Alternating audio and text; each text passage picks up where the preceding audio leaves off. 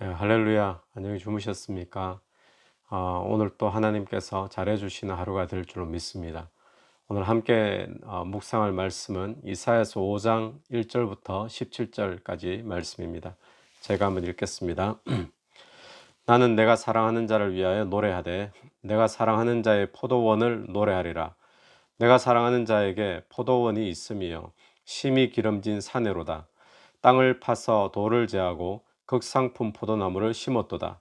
그 중에 망대를 세웠고 또 그 안에 술터를 팠도다. 좋은 포도 맺기를 바랐더니 들포도를 맺었도다.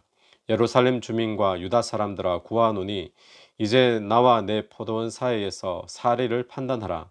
내가 내 포도원을 위하여 행한 것 외에 무엇을 더할 것이 있으랴.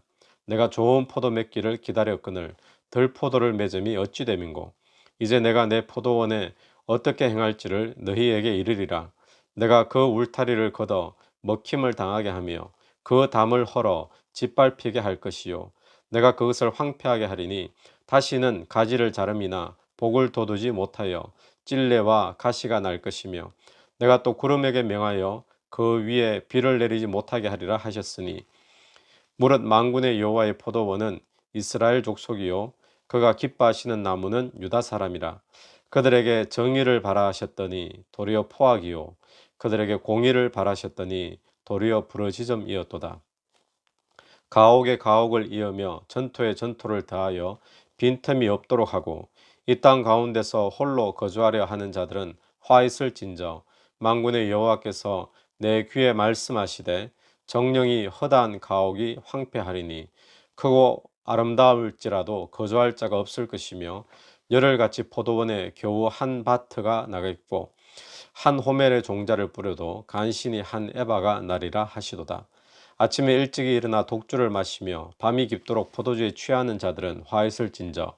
그들이 연회에는 수금과 비파와 소고와 피리와 포도주를 갖추었어도 여호와께서 행하는 일에 관심을 두지 아니하며 그의 손으로 하신 일을 보지도 아니하는도다. 그러므로 내 백성이 무지함으로 말미암아 사로잡힐 것이요 그들의 귀한 자는 굶주릴 것이요 무리는 목마를 것이라. 그러므로 소홀히 욕심을 크게 내어 한량없이 그 입을 벌린즉 그들의 호화로움과 그들의 많은 무리와 그들의 떠드는 것과 그 중에 즐거워하는 자가 거기에 빠질 것이라. 여느 사람은 구풀이고 존귀한 자는 낮아지고 오만한 자의 눈도 낮아질 것이로되 오직 만군의 여호와는 정의로우심으로 높임을 받으시고 거룩하신 하나님은 공의로우심으로 거룩하다 일컬음을 받으시리니 그때에는 어린 양들이 자기 초장에 있는 것 같이 풀을 먹을 것이요 유리하는 자들의 부자의 버려진 밭에서 먹으리라. 아멘. 오늘 본문이 조금 깁니다. 이사야서 5장 1절에서 17절까지 말씀인데 오늘 이 말씀은 또 심판에 관한 이야기가 계속 진행되어집니다. 그래서 이 말씀 속에 1절을 보시면 나는 내가 사랑하는 자를 위하여 노래하되 내가 사랑하는 자의 포도원을 노래하리라. 여기서 내가라고 하는 1인칭 누구인가? 여기서 내가는 이사야서를 적은 이사야를 이야기하죠.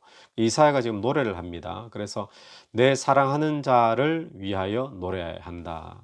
여기서 내 사랑하는 자 누구일까요? 하나님을 위하여 이사야가 지금 노래한다는 겁니다. 내 사랑하는 자의 포도원을 노래하리라. 내가 사랑하는 자 하나님의 포도원을 노래하리라. 그래서 이사야가 이 하나님에 대하여 하나님의 포도원을 에 대해서 노래를 하는데 그 포도원이 어디 있는가? 1절 마지막에 보니까 심히 기름진 산에로다. 이 기름진 산에 포도원이 있습니다. 그래서 오늘 1절 이하에 나오는 이 노래의 내용을 간단하게 정리하면 기름진 산에 포도원이 있는데 그 산에 땅을 파고 돌을 제하고 극상품 포도나무를 심었습니다. 그리고는 망대를 세우고 또 술터를 이제 파고 이제는 좋은 포도 열매 맺기만을 기다리고 있었습니다. 그런데 열매를 맺었는데 좋은 포도 열매가 맺히지 않고 들포도가 맺혔다라는 거예요. 모든 것을 최선으로 다 준비했고 가장 좋은 땅에 심었고 그렇게 돌을 다 제하고 좋은 포도나무를 기대했는데 들포도 나무가 열리게 된 것입니다. 그래서 예루살렘 주민과 유다 사람들을 불러서 어떻게 하면 좋겠냐 스스로 좀 판단해 보아라 라고 이야기를 하고 있습니다. 그러면서 4절에 나오는 말씀을 보면 이런 식의 표현입니다. 내가 이보다 어떻게 더 잘해 줄 수가 있겠는가. 농부로서 이만큼을 했으면 좋은 열매 맺기를 기대하는 것이 당연한 것 아니겠는가. 그런데 덜포도가 맺혔다. 자, 여기서 내가 어떻게 하면 좋겠는가. 그 이야기의 대답을 듣고자 예루살렘 주민을 유다 사람들을 불러서 이야기를 하는 거예요. 그런데 사실 오늘 이 말씀은 비유의 말씀인데 누구에 대한 비유의 말씀인가 하면 예루살렘 주민들 유다 백성들에 대한 비유의 말씀을 지금 이렇게 하고 있는 겁니다. 그래서 이 노래를 부르면서 이렇게 정성 들여 사랑으로 가꾸고 좋은 곳에 심고 좋은 열매를 기대했는데 덜포도 열매가 맺혔다. 이 누구 이야기죠? 유다 백성의 이야기거든요. 근데 유다 백성들에게 포도나무 비유를 이야기하면서 포도원의 비유를 이야기하면서 포도원이 이렇게 되었을 때 당신이라면 어떻게 하는 게 좋겠느냐? 그 대답을 지금 듣고자 하는 거죠. 그리고는 5절 이하에서는 이런 표현입니다. 그래서 나는 이제 이렇게 하려고 한다. 울타리도 긋고 또 담도 헐어버리고 그 포도원이 황폐해지도록 내버려 두려고 한다. 그리고 구름도 비를 못 내리도록 하겠다라고 이야기하는 겁니다. 그래서 이 노래는 비유의 노래인데 마치 저는 무슨 생각이 나는가 하면 나단 선지자가 다윗에게 와서 한 비유로 이야기를 하죠. 그러면서 한 양 한 마리만 가진 가난한 사람이 있었는데 그 사람이 가진 양 한 마리를 양을 많이 가진 부자가 빼앗아 갔습니다. 왕이시여 당신이라면 어떻게 하겠습니까? 이런 질문의 어떤 그 형식이 오늘 본문과 똑같은 형식이죠. 그 포도원이 이렇게 되었다. 그 유다 백성들에게 당신이라면 어떻게 하는 것이 좋겠느냐? 하나님은 이렇게 말씀하시면서 그들에게 변명할 여지를 주지 않는 겁니다. 그래서 이 하나님은 마치 이것이 어떤 비유인가 하면 이스라엘 백성들을 하나님의 선민으로 택하셨죠. 그리고 이들을 젖과 꿀이 흐르는 땅, 그러니까 기름진 산으로 이들을 젖과 꿀이 흐르는 땅으로 이들을 심으셨습니다. 그래서 심이 기름진 산은 젖과 꿀이 흐르는 땅 가나안 땅을 말하죠. 또 2절에 보니까 땅을 파고 돌을 제했다 그러는데 여기 돌을 제했다는 것은 그 땅에 거하는 가나안 칠족속들, 가나안 거민들을 주님께서 몰아내어 주셨다라는 것이죠. 그리고는 망대를 세우고 술터를 팠다라는 것. 망대는 뭡니까? 포도원 관리를 위해서 세우는 것이고 술틀은 뭐죠? 술틀은 결실을 위해서 술틀을 파두는 거죠.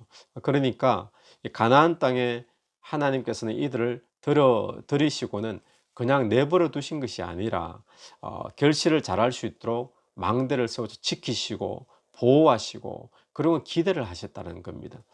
그런데 이렇게 하나님께서 베풀어 주신 이런 은혜를 풍성한 은혜를 어떤 열매로 맺혔는가 하면 우상 숭배의 열매로 또 하나님 앞에 죄악의 열매로 맺은 유다의 모습, 이 모습을 주님께서는 유다를 불러다가 어떻게 하면 좋겠느냐 라면 하나님이 심판하는데 할 말이 있느냐라고 물으시는 거죠. 그리고 하나님이 심판을 하시는데 그 심판은 어떤 심판입니까? 바벨론이 침략하는 심판이죠. 그래서 그 땅을 완전히 황폐하게 되는 그런 심판을 이야기하고 있습니다. 그리고는 그 본문 속에 구름이 비를 내리지 못하게 하겠다라고 말씀이 있는데 비를 내린다라고 하는 것은 하나님의 은총을 상징하는 말씀이죠. 근데 구름조차도 비를 내리지 않게 하겠다. 이 말씀은 어떤 말씀이겠습니까? 이 심판에는 하나님께서 어떤 은혜도 허락하지 않겠다. 그런 내용의 말씀이죠. 자, 그러면서 이제 7절 말씀이 이 비유에 대한 정리의 말씀인데, 하나님께서 이스라엘 백성들을 마치 포도원의 포도나무처럼 그렇게 심으셨어요. 그것이 이제 이스라엘이고 또 유다 백성인데, 하나님께서 이들을 그 땅에 구원하여서 그 땅을 주시면서 어떤 열매를 맺기를 기대하셨을까요?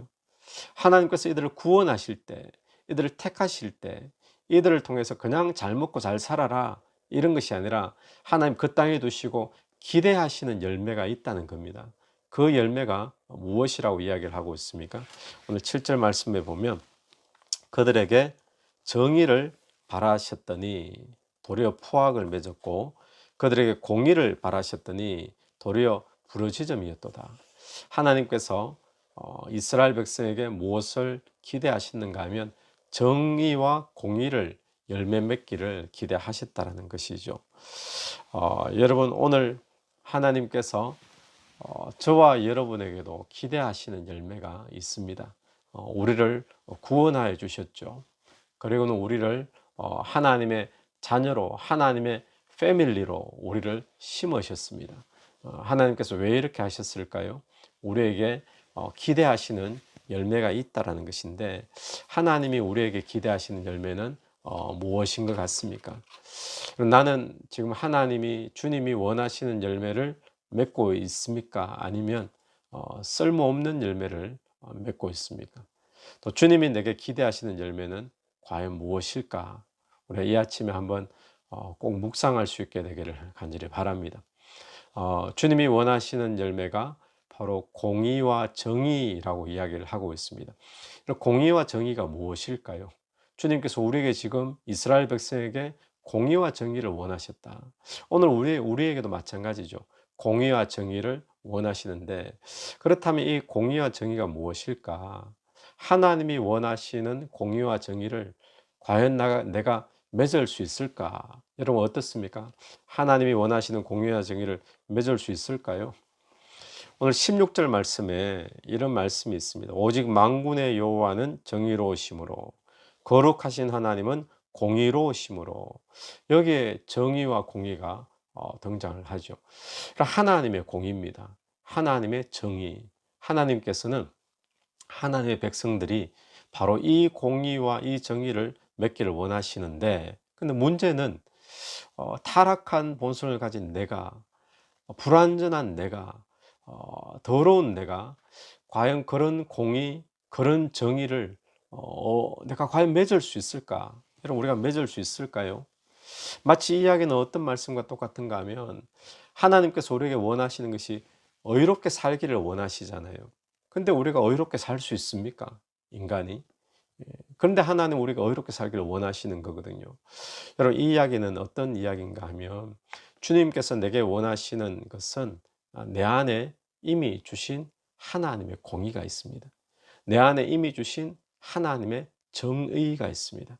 나는 공의가 없지만 나는 정의가 없지만 나는 의가 없지만 하나님이 주신 의, 공의, 정의가 있다는 거예요. 그것이 무엇이겠습니까? 하나님의 공의 예수 그리스도인 거죠. 하나님의 정의 예수 그리스도인 거죠. 그러니까 주님께서 하나님의 백성들에게 오늘 저와 여러분에게 기대하시는 열매는 무엇인가 하면 정의와 공의, 하나님의 정의와 공의인 예수 그리스도가 내 삶에서 열매 맺어지기를 기대하고 있다는 겁니다.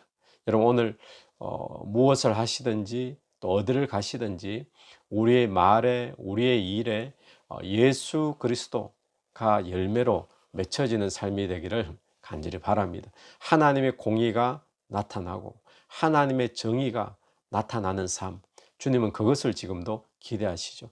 예수가 나타나는 삶, 주님께서는 그것을 기대하시는데 우리가 다른 열매, 쓸모없는 열매 맺지 않게 되기를 간절히 바랍니다.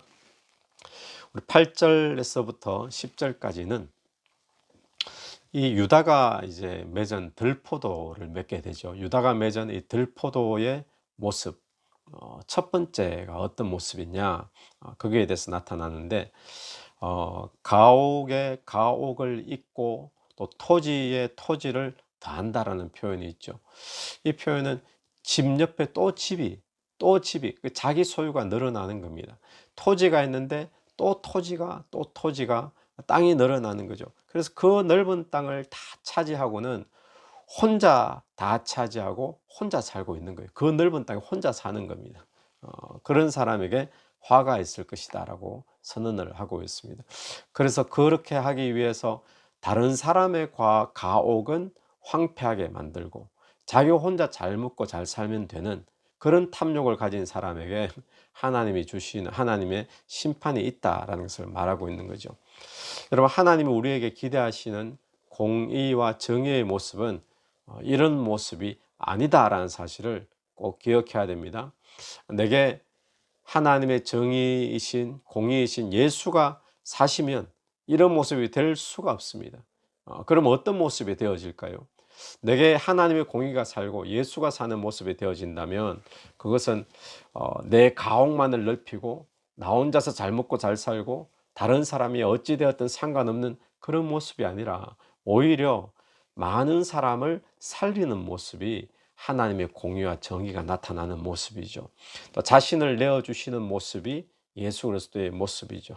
우리가 몇 주 전에 주일 설교 때 나눴던 말씀처럼 그 청년 바보 의사처럼 남들이 보기에는 늘 손해보는 것 같고 바보 같은 모습인데 나중에 그가 죽고 난 뒤에 보니까 그의 그 짧은 인생을 통해서 수많은 사람들이 위로받고 살아나고 구원받게 되는 역사가 있었듯이 나 혼자 욕심을 안으로 채우는 그런 모습은 하나님의 공의와 정의의 모습이 아닌 것입니다. 그러나 내 것을 통해서 많은 사람들을 살리고 회복시켜주고 또 많은 사람들을 복되게 하고 예수 그리스도처럼 자기를 희생하고 내어주고 그런 모습이 하나님의 공의와 정의 그리스도의 모습인 줄 믿습니다. 오늘 주님께서 우리에게 그런 모습을 기대하시는 거죠. 그래서 오늘 이 첫 번째 들포도의 모습처럼 혹시 내게는 이런 탐욕스러운 모습은 없는가 한번 돌아보십시오.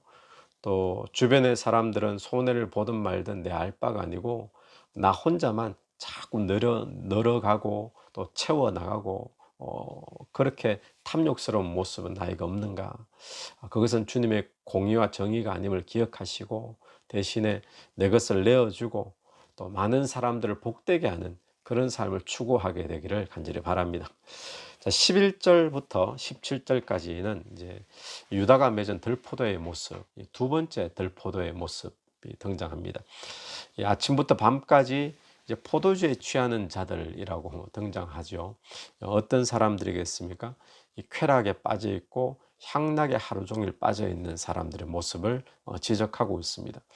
그래서 이 사람들의 모습이 12절에 이렇게 표현합니다. 그들이 연회에는 수금과 비파와 소고와 피리와 포도주를 갖추었어도 그러니까 연회 여는 데는 다 갖추고 있는데 그 뒤에 여호와께서 행하시는 일에 관심을 두지 아니하며 그의 손으로 하신 일을 보지도 아니하는도다. 그들의 온갖 관심은 연회에 있습니다. 뭐 술에 있고 파티에 있고 또 피리에 있고 음악에 있고 그게 취해 있는 거죠. 그런데 그러다 보니까 무엇에 관심이 없는가? 하나님에 대해서는 관심이 없습니다. 하나님이 하시는 일에 대해서 관심 없고 하나님이 하셨던 일에 대해서도 관심이 없는 거죠.